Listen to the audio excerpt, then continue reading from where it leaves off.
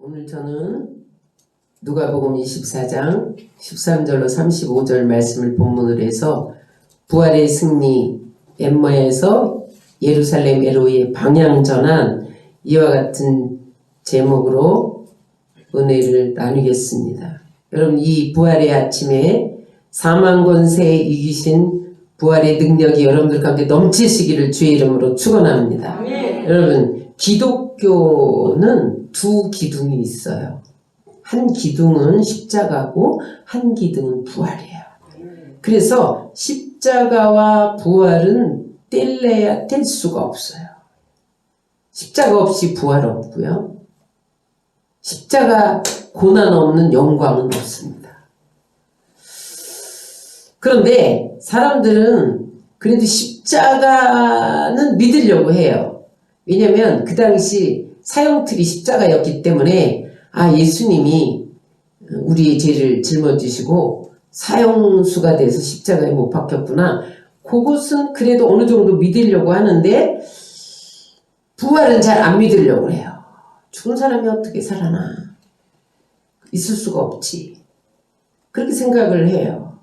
오늘 본문에 보면 불신자들이 아니라 예수님을 3년 반이나 따라다녔던 제자 2명이 예수님이 부활했다는 소식을 듣고도 믿지 못하여 엠마오 고향, 옛 고향에 가서 농사나 지으러 가자. 그러면서 엠마오 길을 걸어가는 모습이 화면에 나옵니다.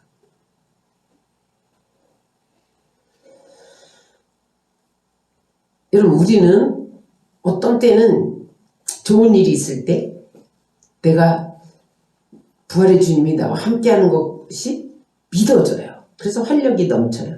그것은 신앙이 업되는 경우죠. 근데 어떤 때는 하나님이 나와 함께 있지 않은 것 같아. 무기력해져요. 그것을 신앙이 다운되는 경우.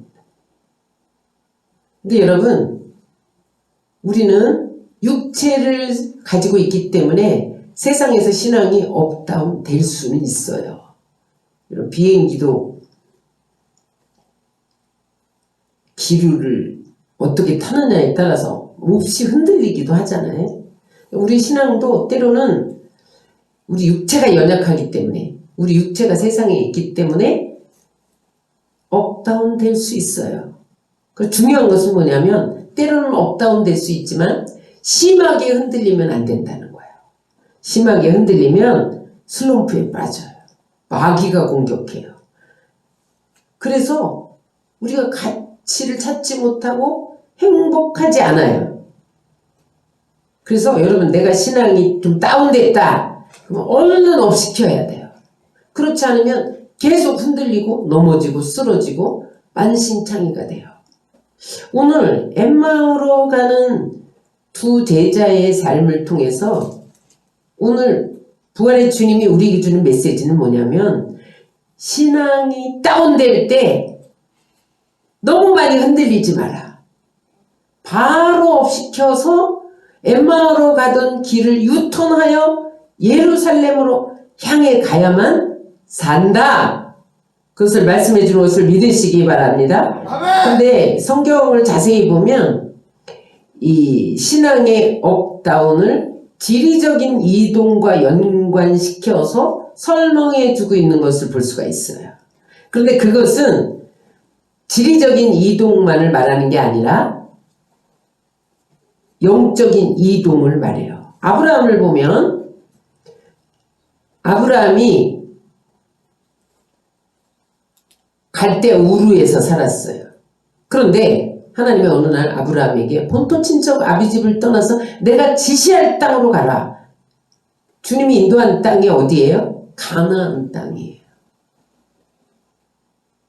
그런데 이것은 갈대아를 떠나서 가나안으로 가라. 그런 지리적인 이동이 아니라 우상 숭배지 갈대아 우르를 떠나서 하나님을 경외하는 신앙으로 나가라.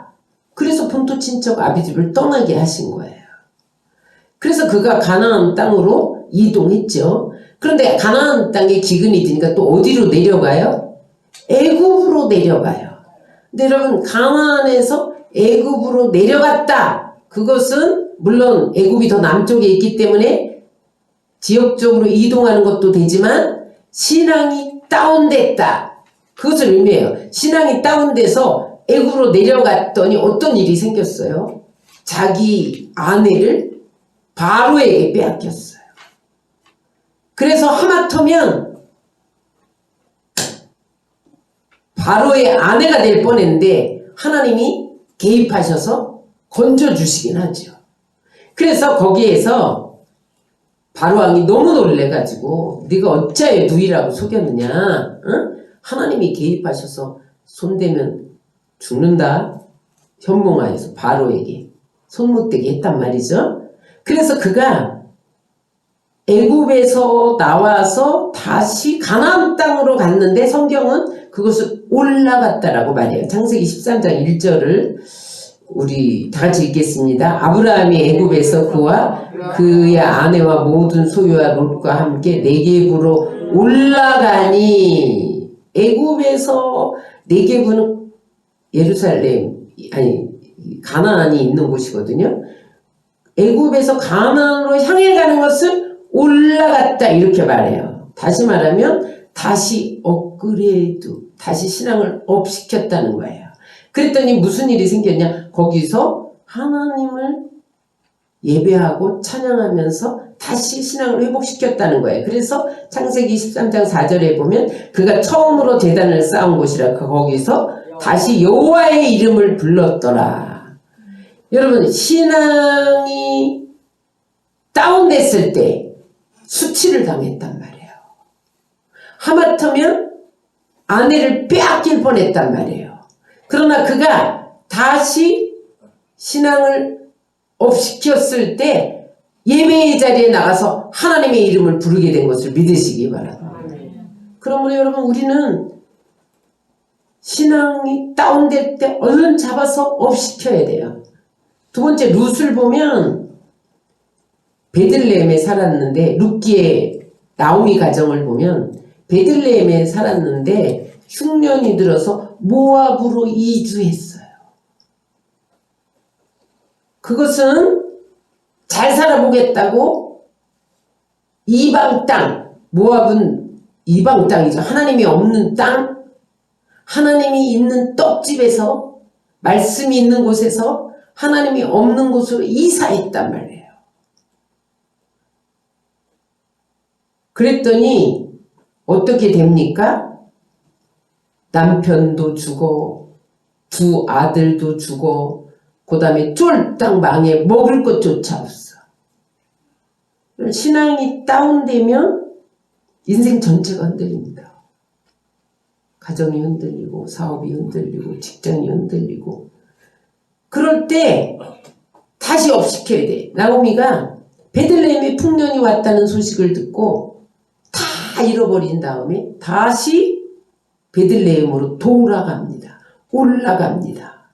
그랬더니 하나님이 어떻게 축복하시냐면 보아스를 만나게 하세요. 그래서 룻이 보아스와 결혼해서 메시아의 족보에 들어가는 기적이 일어난 것을 믿으시기 바랍니다. 그러므로 여러분, 신앙이 업되면 회복시켜 주시고 치유시켜 주시고 복된 인생으로 바꿔주시는 것을 믿으시기 바랍니다. 오늘 본문에 엠마오로 가는 두 제자는 예루살렘에서 엠마오로 내려갔다고 그랬어요. 여기 두 제자는 12제자가 아닙니다. 예수님의 제자가 12명만 있었던 거 아니죠? 70인 제자가 있었어요. 그 속에 속한 자, 여기 한 사람 이름 글로바만 나오는데 70인 중에 한 사람이었습니다. 그래서 오늘 본문에서 말씀하시는 것은 뭐냐면 엠마오로 내려갔다는 것은 영적으로 다운됐다, 신앙이 다운됐다 그랬을 때에 그들이 어떻게 해서 신앙을 업그레이드 시킬 수 있었냐는 거죠. 여러분 어떠세요? 여러분들이 지금 신앙이 다운되고 있나요? 업되고 있나요? 다운되면 빨리 잡아서 업시켜야 돼요. 그런데 그 두 제자가 왜 엠마오로 가는 두 제자가 영적으로 다운이 됐냐는 거예요. 왜 예루살렘 말씀이 있는 자리에서 말씀이 없는 곳, 성전이 있는 자리에서 성전이 없는 곳, 응? 그 자리에 예배할 수 있는 자리에서 예배하지 못하는 자리로 갔냐는 거예요. 따라하세요. 부활신앙의 결핍 때문이다. 부활신앙이 결핍되면요, 신앙이 다운된다. 오늘 이 엠마오로 가는 두 제자에게서 이 제자를 통해서 우리에게 주시는 메시지는 부활신앙이 결핍되면 신앙이 다운된다. 부활신앙을 되찾으시기를 주의 이름으로 축원합니다. 아멘. 그럼 부활신앙이 뭐냐? 진정한 부활신앙이 뭐냐? 첫 번째 부활신앙은 내가 예수 믿으면 내 영혼이 거듭나요. 중생. 이것이 영혼이 부활된 거예요. 영혼만 거듭났어요. 하나님의 영으로 거듭났어요. 이걸 첫 번째 부활이라고 그래요. 그래서 여러분은 이미 거듭난 것을 믿으시기 바랍니다. 여러분 영혼은 부활했어요. 왜냐하면 믿지 않는 자는, 예수를 믿지 않는 자는 영혼이 죽어 있어요. 근데 우리가 예수님을 믿는 순간 영혼이 살아나요. 이게 부활이에요. 두 번째는 그걸 과거적인 부활신앙이라고 그래요. 두 번째로는 내 영혼만 지금 예수 믿고 부활했는데 예수님 재림한 날에는 내 육체도 부활하는 것을 믿는 신앙이 진정한 부활신앙이에요. 이것을 미래적인 부활신앙이라고 해요. 거기에서 그치면 안 돼요. 부활하신 예수님이 지금 여기 here and now 여기 내 안에 이 자리에 우리의 삶의 자리에 계신다. 살아계신다. 살아서 역사하고 계신다. 그것을 믿는 신앙이 진정한 신앙이에요. 이걸 현재적인 신앙이라고 해요.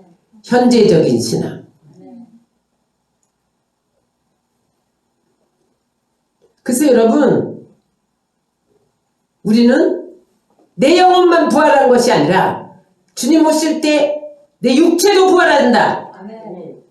아니, 지금 여기에 주님이 살아계신다. 현재적인 부활신앙이 있어야 돼요.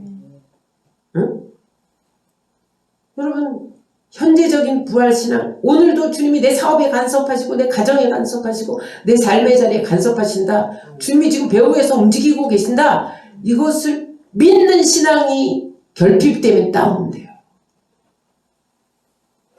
그래서 여러분 영적인 다운을 영적인 업으로 바꾸시기를 주의 이름으로 축원합니다. 첫 번째, 엠마오로 내려갈 때 어떤 역사가 일어나 영적인 다운이 될 때 그들은 낙심하고 슬퍼하고 패배감을 느꼈어요. 두 제자가 예루살렘에서 엠마오로 가는데 그 길이는 12km 정도 돼요. 이들이 아마도 옛날에 예수님 공생애 3년 반 동안 따라다니기 전에 농사 지었나 봐요. 엠마오는 농사 짓는 곳이죠. 예수님이 지금 십자가에 달리셔서 돌아가신 것을 보면서 한때는 그들이 은혜도 받았죠. 예루살렘에서 예수님이 능력 행하는 걸 다 봤단 말이에요. 귀신도 쫓아내고 바다를 잠잠케 하고 물이 변하여 포도주 되게 하고 죽은 나사로를 살리고 다 봤죠. 그러면서 그들이 뭘 추구했어요? 정치적인 메시아를 추구했어요. 야, 이렇게 기적을 일으킨 이 사람이 왕이 되면 우리는 오병의 기적을 날마다 일으켜서 먹을 걱정 안 하겠다. 로마 압제에서 우리는 벗어날 수 있다. 그러니까 왕이 될 거다. 아, 그때쯤 되면 12제자는 장관쯤 한 자리 차지하겠지만 70인 제자 중에 차관쯤 차지하겠지. 이런 걸 기대하고 예수님을 따라다녔는데 예수님이 십자가에서 죽으신 거예요. 그러니까 그들이 이제는 다 끝났다 라고 생각을 했어요. 아주 세상적인 꿈이 다 깨어진 거예요. 여자들이 죽은 지 사흘 만에 무덤에 향유를 가지고 시체에 바르려고 갔는데 천사들이 살아났다라고 전했다는 것을 들었어요. 들었다니까요. 그리고 그 마리아가 막달라 마리아가 너무 놀래가지고 제자들에게 와서 예수님이 없어졌다 막 전했는데 베드로가 가서 빈 무덤을 확인했던 것도 들었어. 그런데 부활을 믿지 못했다는 거예요. 제자가 70인 제자가 여러분 부활을 믿지 못했다니까요. 그러면 여러분 우리도 믿지 못할 수 있다는 거예요. 그랬더니 그들이 낙심했다는 거예요. 여러분 부활을 믿지 못하면 낙심해요. 말씀이 어디나 17절 이하에 보면 두 사람이 슬픈 빛을 띠고, 이거 뭐예요? 부활했다는 소식을 듣고도 의심하면서 믿지 못하니까 마음이 슬퍼졌다는 거예요. 부활을 믿지 못하면 슬퍼집니다. 부활을 믿지 못하면 낙심됩니다. 부활을 믿지 못하면 패배합니다.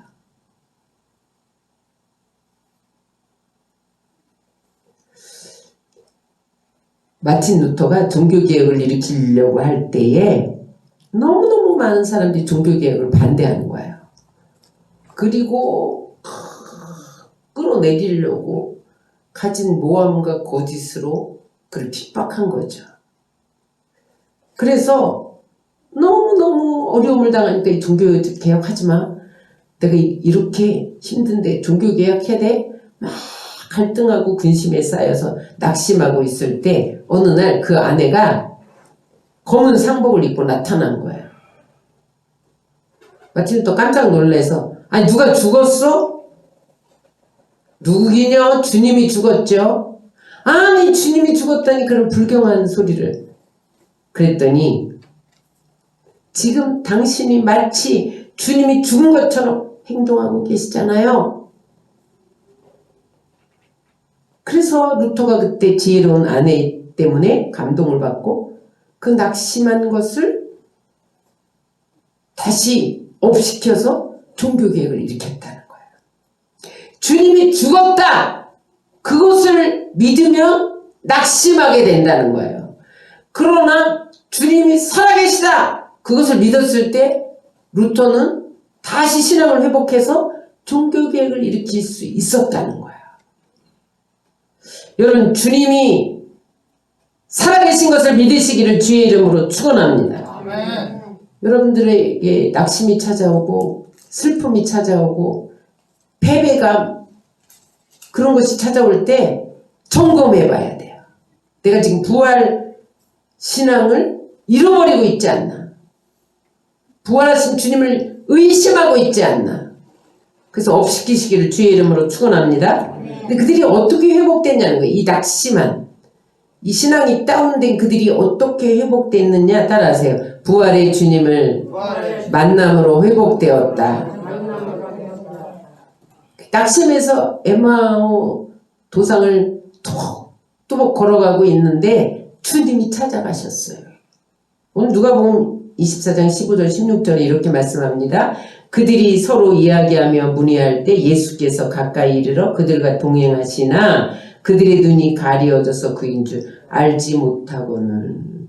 예수님이 낙심한 그들을 찾아갔는데 영안이 가리워져서 주님인 줄 알지 못했다는 거예요. 절망, 슬픔, 패배감, 열등감, 비교의식, 우울감 이런 것들이 눈을 가리면 주님이 안 보여요. 여러분 영의 눈을 뜨시기 바랍니다. 믿음의 눈을 뜨시기 바랍니다. 여러분 우리 눈에 비늘이 가려 있으면 주님이 안 보여요. 다메섹 도상을 지나가다가 사도 바울이 그날도 예수 믿는 사람 잡아다가 옥에 가두려고 다메섹 도상을 지나가는데 정오의 빛보다 강한 빛으로 주님이 그를 찾아가셨잖아요. 그랬더니 주님의 빛이 비치는 순간 눈이 멀어서 꼬꾸라졌어요. 그런데 그를 어디로 보냅니까? 아나니아에게로 보내요. 그래서 아나니아가 그 머리에 손을 얹고 기도하니까 사울의 눈에서 비늘 같은 것이 떨어졌어요.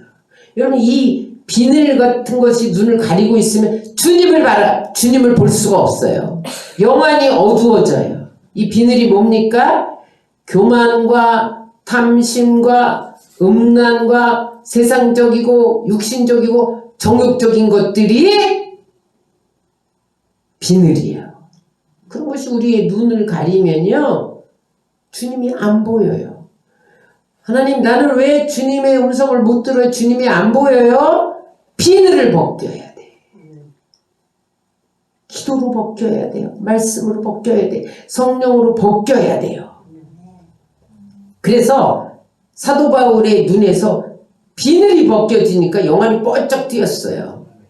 그래서 어떻게 됐어요? 그때로부터 목숨을 다해서 복음을 전하는데 1세기가 복음으로 뒤흔들렸단 말이에요.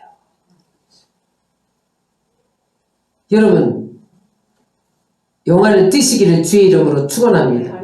그래서 우리가 늘 기도하고 또 성령의 샘을 넘치는 기도해야 하고, 응? 성령의 불 받기 위해서 기도하고, 눈이 가려서 주님을 못 보니까 주님 보려고 그렇게 하는 거죠.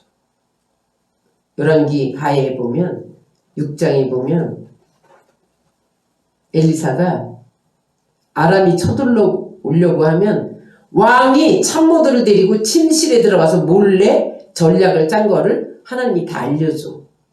엘리사에게. 그러니까 아람 왕이 우리 중에 누가 첩자가 있느냐? 첩자를 능지처참하리라. 그렇게 선포를 했어요. 그랬더니 그 참모 중에 한 사람이 이스라엘에 엘리사라는 선지자가 있습니다. 그는 우리가 밀실에서 얘기한 것을 하나님이 다 알려줘서 다 압니다. 그래? 그러면 엘리사만 죽이면 되겠네. 엘리사를 찾아라. 엘리사가 어디 있느냐? 엘리사가 그때 도단성에 있었어. 도단성에 있었는데 아람 군대가 새카맣게 포위를 한 거예요. 아침에 사환이 나가보니까 아람 군대가 엘리사를 잡으려고 도단성을 새카맣게 에워쌌어요. 너무 두려워가지고 주인이시여 죽게 됐습니다. 우리가 밖에 나가보니 아람 군대가 새카맣게 둘러쌌습니다. 우리는 도간에 든 쥐입니다. 벌벌벌벌 떨면서 보고했어요. 그때 엘리사가 손 얹어 안수하니까 영안이 띄어졌는데 뭐가 보였어요? 하나님의 군대가 불말과 불병거가 아람 군대 수보다 더 많이 진치고 엘리사와 사환을 보호하고 계신 것을 봤어요. 영안이 띄어야 보인다니까요. 사환이 영안이 안 뜨이니까 세상 군대만 보였어요. 하나님의 군대는 안 보였어요. 영안이 뜨이니까 하나님의 군대가 보여요. 여러분, 영안이 뜨이면 하나님의 비밀을 알게 되는 것을 믿으시기 바랍니다. 사람들이 어느 길로 갈지 몰라요. 어떻게 할지 몰라요. 영안이 띄어지면요, 하나님이 다 보여주세요. 도단성에 세상 군대만, 아람 군대만 에워싼 게 아니라 하나님의 군대가 에워싼 게 보인다니까요. 믿음의 눈을 떠야 돼요. 이 엠마오로 가는 두 제자들이 세상적인 것으로 눈이 가려져 있어요. 메시아, 정치적인 메시아를 따라다니면 자관 하나쯤은 할 것이다. 세상적인 명예에 사로잡혀 있어. 탐욕에 사로잡혀 있으니까 눈이 가려서 주님이 동행하는데 볼 수 없었다는 거예요. 그런데 예수님이 그들에게 말을 거시면서 구약 성경에 예언되어 있던 십자가와 부활에 대해서 상세히 가르쳐 주는 거예요. 예수님이 당장 나타나서 내가 예수님이야, 부활했어, 이렇게 말하지 않고 말씀을 풀어준 거예요. 누가복음 24장 25절 27절 다시 읽겠습니다. 이르시되 미련하고 선지자들이 말한 모든 것을 마음에 더디 믿는 자들이여, 그리스도가 이런 고난을 받고 자기의 영광에 들어가야 할 것이 아니냐 하시고, 이에 모세와 모든 선지자의 글로 시작하여 모든 성경에 쓴 바 자기에 관한 것을 자세히 설명하시니라. 요약은 이거예요. 예수님이 말씀을 가르쳐 주셨는데 그리스도가 고난을 받아야 영광에 들어간다. 부활의 영광에 들어간다. 너희가 지금 부활의 예수님을 믿지 못하는 이유는 메시아관이 틀렸다는 거야.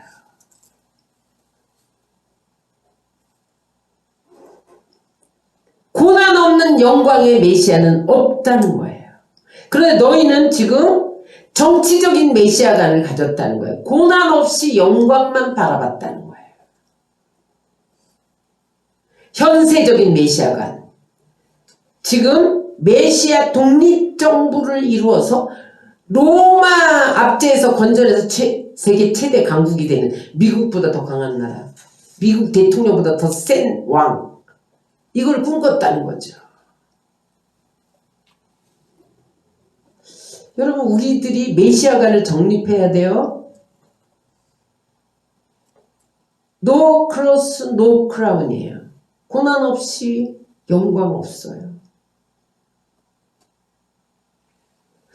우리가 현세적인 메시아관을 가지면요, 예수 믿는 목적이 부자되고 출세하고 건강하고 부귀영화 누리고 이것이 돼요. 늘 정치, 경제, 사회, 질병, 문제 해결, 그런 것을 위해서 예수를 믿어요. 그러다가 내가 예수를 믿었는데 축복이 없어. 그러면 예수는 떠나는 거예요. 제가 어제 어떤 기독교 총연합회에서 설교하는 소리를 들었는데, 그 목사님이 무슨 설교를 하냐면 한국교회 다음 세대가 없다. 어떡할 거냐. 우리가 다 천국에 가면 다음 세대가 예수를 안 믿는데, 대학에서 예수 믿는 아이가 4%래요. 4%. 그러면 이제 우리 믿는 세대가 다 떠나면 이 큰 교회가 다 술집으로 팔릴 거 아니냐. 유럽처럼 극장으로 팔리든지 미국처럼. 어떡할 거냐. 그런 설교를 하더라고요. 그래서 제가 제 제자 중에 군선교 하다가 은퇴한 목사님이 계신데, 제가 전화 걸어가지고 군선교, 거기가 황금어장이, 군대에서 교회를 하는 건 젊은이들 황금어장이에요. 거기 은퇴했다고 손 놓지 말고 걔네들 다 연결해서 다음 세대를 이 사회에서 만나서 양육해라. 거기 은퇴했다고 지금 뭐 어디 그냥 평신도로 다른 교회 나가서 편안하게 예수 믿자 그러지 말고, 지금 뭐 65세가 무슨 은퇴냐, 70세가 장년인데, 지금 시대 100세 세대인데, 응? 얼른 그 사람들, 그 제대한 아이들 다 끌어내서 걔네들 양육해라. 내가 이렇게 했어요. 다음 세대가 없어진다니까요. 정신 차려야 돼요. 왜 그렇게 다음 세대가 없느냐? 고난 없이 자란 이 우리 아이들이 예수 믿었는데 고난이 온다 그래갖고 떠나는 거예요. 잘못된 메시아관. 다음 세대가 없어요. 예수 믿으면 축복받는다며, 부귀영화를 누린다며, 왜 부귀영화도 안 와? 떠나는 거예요. 여러분, 고난 없이 영광 없음을 주님이 엠마오로 가는 제자들에게 가르쳐 주셨다는 거예요. 성경에 나오는 모든 하나님의 사람들은요, 고난 없이 영광 얻은 사람 하나도 없어요. 오늘 아브라함이 예를 들었지만, 아브라함이 본토 친척 아비집을 떠나면서 너 자식 줄게, 하늘의 별처럼 바다의 모래처럼 자식 줄게, 그런데 25년 걸렸다니까요. 25년 동안 자식 없어도 예수님 하나님 붙잡았잖아요. 그래서 축복의 근원이 된 거예요. 복의 근원. 믿음의 조상. 고난의 시기를 견뎌내고 인내했더니 하나님이 믿음의 조상, 복의 근원으로 만들어 주신 거예요. 고난 없이 영광 없는 거예요. 모세도 보세요. 40년 동안 광야에서, 미디안 광야에서 양치기로 훈련시키는데 80세가 돼서야 용도자로 쓰잖아요. 만약에 40년 동안 고난이 없었다면 히브리 말도 다 잊어버려서 사람을 못 봐가지고 양들하고만 살아가지고 그런 고난 속에서 40년을 견디고 고난을 훈련받았기 때문에 그가 이스라엘의 용도자로 쓰임받아서 출애굽시킬 수 있었던 거예요, 여러분. 다윗이 어떻게 영광의 왕이 됐어요? 영광의 왕이 들어가신다. 왕 중에 왕이 됐어요. 사울의 칼을 피해서 도망다니는 13년의 세월, 17세부터 30살 될 때까지 그 고난의 세월을 인내했기에 영광의 왕이 된 거예요. 12제자는요, 한 사람도 순교 안 당한 사람이 없어. 사도 요한만 반모섬에서 유배당하고 딴 사람 다 순교했거든요. 사도 요한도 반모섬에 유배되기 전에 끓는 기름가마 속에 들어갔다 나왔잖아요. 하나님 특별한 섭리가 있어서 살려서 반모섬에서 하늘이 열리면서 마지막 때 계시를 적기 위해서 그렇게 하신 거지, 죽은 거나 마찬가지예요. 사도 바울도 목이 작두에 잘려서 죽었잖아요, 나중에. 사도 바울까지. 고난 없이 영광을 꿈꿔서는 안 돼요, 여러분. 일확천금을 노리면 안 됩니다. 하나님은 현세적인 복은 언제 주시느냐? 부활의 하나님을 영접할 때 현세적인 복도 주시는 건데, 현세적인 복만 추구하고 부활의 하나님을 잊어버리면요, 실패하고 낙심하고 패배한다는 거예요. 오늘 엠마오로 가는 제자들을 통해서 우리에게 주는 메시지입니다. 현세적인 복만 추구하고 신앙생활하면요, 고난이 다가오면 예수님 부인해버린다는 거예요. 그러므로 여러분, 우리는 예수 믿고 십자가 질 각오를 해야 돼요. 십자가 져야 부활의 영광이 있는 거예요. 그 고난은 일시적으로는 실패한 것 같아. 근데 반드시 승리하는 것을 믿으시기 바랍니다. 잠시 동안은 부끄러움을 당하는 것 같아. 그런데 반드시 영광스럽게 할 것을 믿으시기 바랍니다. 예수님이 그러셨잖아요. 십자가의 부끄러움을 참으셨더니 하늘 보호자에 앉으셔서 온 인류를 통치하는 왕이 되셨잖아요. 만왕의 왕이 되셨잖아요. 여러분, 우리가 이 부활의 하나님을 붙잡으면 우리도 부활하여 영원한 영광의 자리에 앉게 되는 것을 믿으시기 바랍니다. 그 말씀을 막 풀어줬어요. 고난 후에 영광이 온다.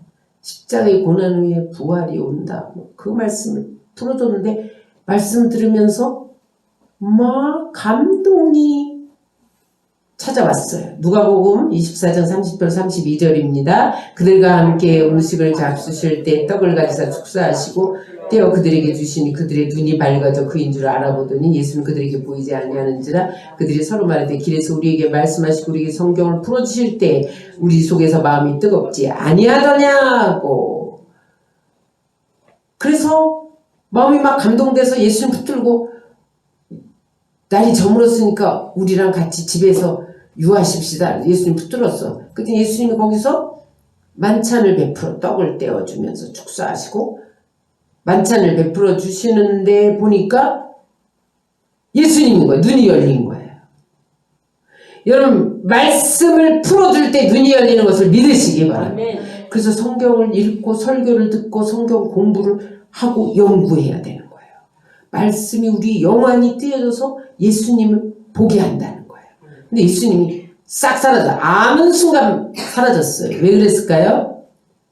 예수님은 이제 부활 영체잖아요. 그러니까 다시 올라가야 되기 때문에 만지면 안 돼. 그리고 그분은 다시 올라가서 보혜사 성령을 보내주실 것이기 때문에 그 자리에서 아는 순간 없어졌어.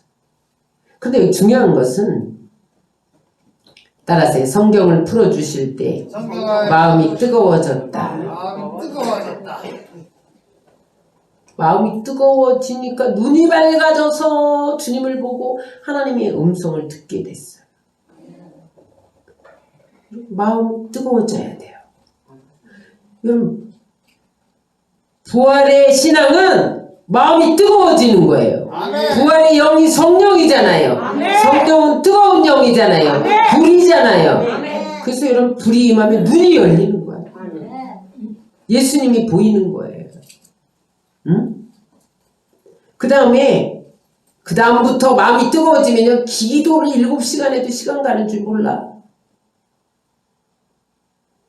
성경을 읽는데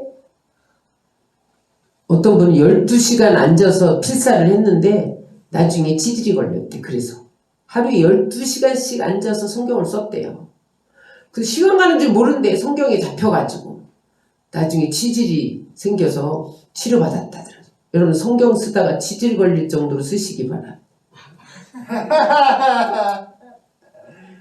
그러면요, 열심히 전도하게 되고 열심히 헌신하게 되고 열심히 봉사하게 되고 하나님 나라를 위해서 목숨을 드리게 돼요. 근데 왜 전도도 하기 싫고 봉사도 하기 싫고 헌신도 하기 싫고 이 교회 저 교회 떠돌아다니느냐? 마음이 뜨거워지지 않아서 그래. 말씀 통해서 예수님 만나야 돼. 말씀으로 변화돼서 뜨거운 신앙을 가져야 돼. 그래서 그들이 나중에 어디로 올라갑니까? 어떻게 됩니까? 마음이 뜨거워진 거 어떻게 됩니까? 예루살렘으로 올라가서 복음의 증인이 돼요. 세 번째, 이들이 예수님을 만나니까 업됐어. 어떻게 됐어요? 엠마오에서 예루살렘으로 갔어. 이 신앙은 용기를 얻는 신앙, 기쁨을 누리는 신앙, 승리하는 신앙인 것을 믿으시기 바랍니다. 말씀이 뜨거워지니까 엠마오로 가던 길을 갑자기 유턴해서 예루살렘으로 올라갔어요. 그들에게 용기가 충천했어요. 기쁨이 넘쳤어요. 누가복음 24장 34절을 다 같이 읽겠습니다. 곧 그때 일어나 예루살렘으로 돌아가 보니 11 제자 및 그들과 함께한 자들이 모여서 말하기를 주께서 과연 살아나시고 시몬에게 보이셨다는지라. 예루살렘은 어떤 곳이에요? 예루살렘은 아브라함이 독자 이삭을 바친 모리아 산은 예루살렘이 있어요. 모리아 산 안에 예루살렘이 있어요. 나중에 이 예루살렘을 이스라엘이 수도로 삼았고 솔로몬이 성전을 지었죠. 그게 예루살렘 성전이잖아요. 예수님이 십자가를 지시고 부활하시고 승천하신 곳이 예루살렘이고 초대교회가 탄생한 곳이 예루살렘이고 그 다음에 예수님이 어디로 재림하실까요? 예루살렘으로 재림하세요. 천년 왕국의 수도가 어디가 될까요? 예루살렘. 그럼 우리는 한국은요 다 동시에 봅니다. 예수님 예루살렘으로 재림하는 걸 동시에 본다고요. 우리가 재림할 때는. 그 다음에 재림해서 천년왕국의 수도도 예루살렘. 따라하세요. 믿음의 자리, 사명의 자리, 은혜의 자리. 주님 만나면 그 자리로 돌아가는 거야. 응? 믿음이 있는 사람이 있어야 할 곳은 엠마오가 아니에요. 엠마오는 농사를 짓는 자리예요. 낙심한 자리예요. 실패한 자리예요. 세상적인 자리예요. 거기는 믿음의 사람이 있으면 안 돼요. 계속 패배하게 돼요. 올라가야 돼요. 유턴해야 돼요. 예루살렘으로 올라가야 돼요. 성전이 있는 곳, 예배가 있는 곳, 임재가 가득한 곳, 사명의 자리, 은혜의 자리, 축복의 자리. 여러분, 예루살렘으로 올라가면 그것이 기다리고 있단 말이죠. 그래서 거기서 부활을 증거했단 말이에요. 갔더니 제자들이 막 부활에 대해서 얘기하고 있는 거예요. 그러니까 그때 나도 만났어 엠마오로 가라 나도 만났어. 그래서 복음의 증인이 된 거죠. 따라서 나는 부활이요 생명이니 나를 믿는 자는 죽어도 살겠고 무릇 살아서 나를 믿는 자는 영원히 죽지 아니하리라. 현재적인 부활 신앙을 가지셔야 돼요. 여러분 2000년 전에 부활하신 예수님은 지금 여기에 살아계십니다. Here and now. 따라서 지금 여기 Here and now 여기 계세요. 여러분 삶의 자리에 계세요. 부활하신 주님과 동행해야 돼요. 그럴 때 여러분 예루살렘의 축복이 여러분 가운데 임하는 거예요. 한 가지 간증을 하고 마치려고 합니다. 실로암 안과병원 의장이 김선태 원장인데 저분이 어렸을 때 고아였어요 원래. 그래서 불량자들하고 놀다가 술탄을 갖고 놀다 터지는 바람에 양눈이 다 실명하게 됐어요. 저분은 양눈이 다 없어요. 그러니까 눈도 없지요. 고아지요. 그러니까 늘 저주받은 인생으로 살 수밖에 없었어요. 양아치 생활밖에 할 게 없었어요. 그런데 만나는 사람마다 욕설을 퍼부어요. 우리나라는 옛날에는 지금은 많이 개선됐지만 눈먼 사람들 보면 아침에 만나면 재수없다고 그랬어. 그래갖고 막 욕설을 해. 저 사람이 늘 이 재수없는 놈 내 앞에 지나가지 마! 욕설을 들으면서 이 벼락 맞을 놈 급살 맞을 놈 이런 소리만 듣고 자랐다는 거예요. 자기가 눈 못 본다는 것 하나 때문에 고아라는 것 때문에 양아치라는 것 때문에 늘 욕설을 듣고 살다가 죽어야지 나 같은 인생 꾸역꾸역 살아서 뭐하나 죽어야지 수없이 자살을 기도하기도 했다는 거예요. 그런데 아주 예수 잘 믿는 한 할머니가 전도를 했어요. 거기서 부활의 예수님을 만난 거예요. 근데 어느 날 목사님이 설교하는데 헬렌 켈러는 눈도 안 보여, 귀도 안 들려, 말도 못해, 삼중고를 가지고 있는데 박사다.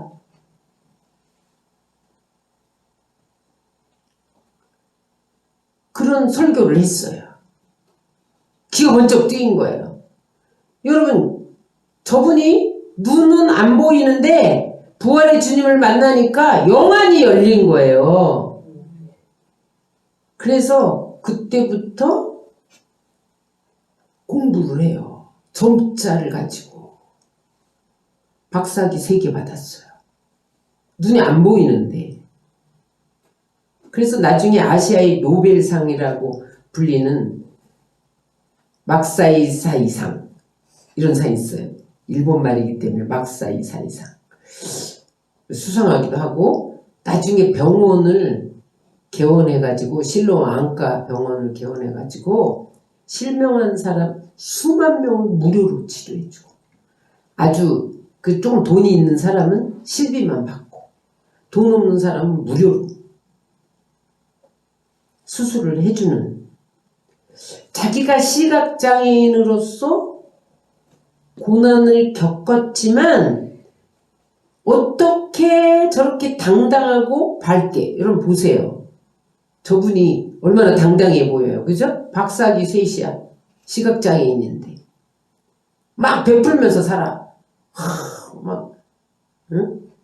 개안 수술 무료로 해줘 막. 부활의 주님을 만났기 때문이에요. 그래서 현재적으로 부활의 주님과 동행하니까 눈 뜬 사람도 못 갖는 박사학위를 3개나 가졌어. 부활의 주님 만나면 놀랍게 변화되는 것을 믿으시기 바랍니다.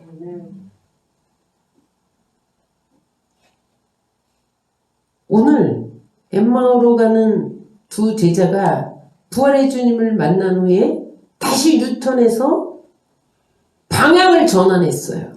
예루살렘으로. 그래서 그들이 복음의 증인이 됐어요. 여러분, 가장 중요한 것은 내 영혼이 구원받은 것으로 만족하면 안 돼요. 예수님 오실 때, 재림할 때 나도 부활할 거야. 그것만 기대하면 안 돼요. 오늘 현재적인 부활, 오늘 주님이 살아계시다. 내 삶에 살아계시다. 지금도 간섭하신다.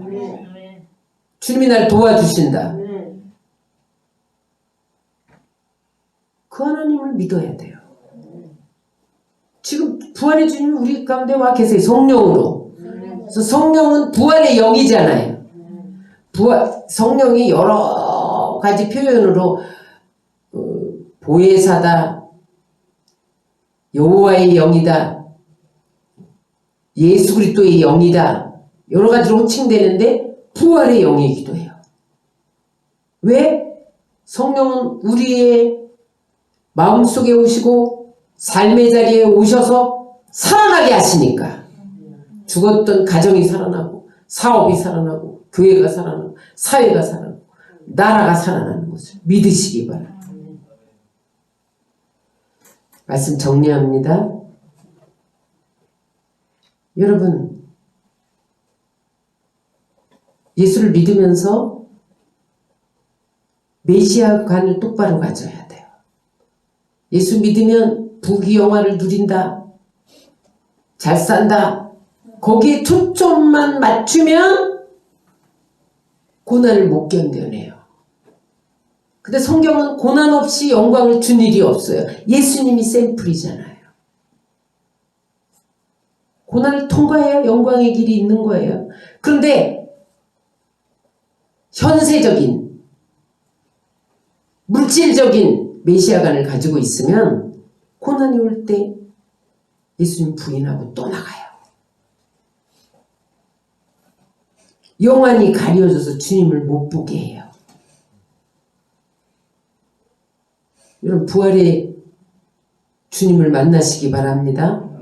그래서 영안이 띄어져야 돼요. 십자가의 고난은 반드시 부활의 영광으로 이어지는 것을 믿어야 돼요. 그러므로 여러분, 현재 여러분들이 어떤 고난이 있을지라도 이것은 하나님 영광으로 가는 길이다. 내가 여기서 다듬어지고 깨어지고 낮아지리라. 하나님이 원하는 모습으로 변화되리라. 그래서 고난을 이겨내면 하나님의 영광의 자리를 높이시는 거예요.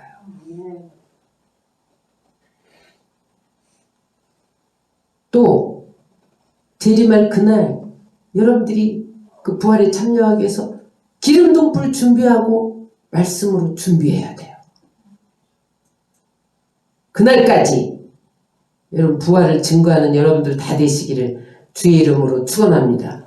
그래서 부활의 첫 열매가 되신 예수님, 다음 열매인 우리가 부활한다는 그 사실을 바라보면서 여러분 오늘도 부활의 주님과 동행하시기를 주의 이름으로 축원합니다.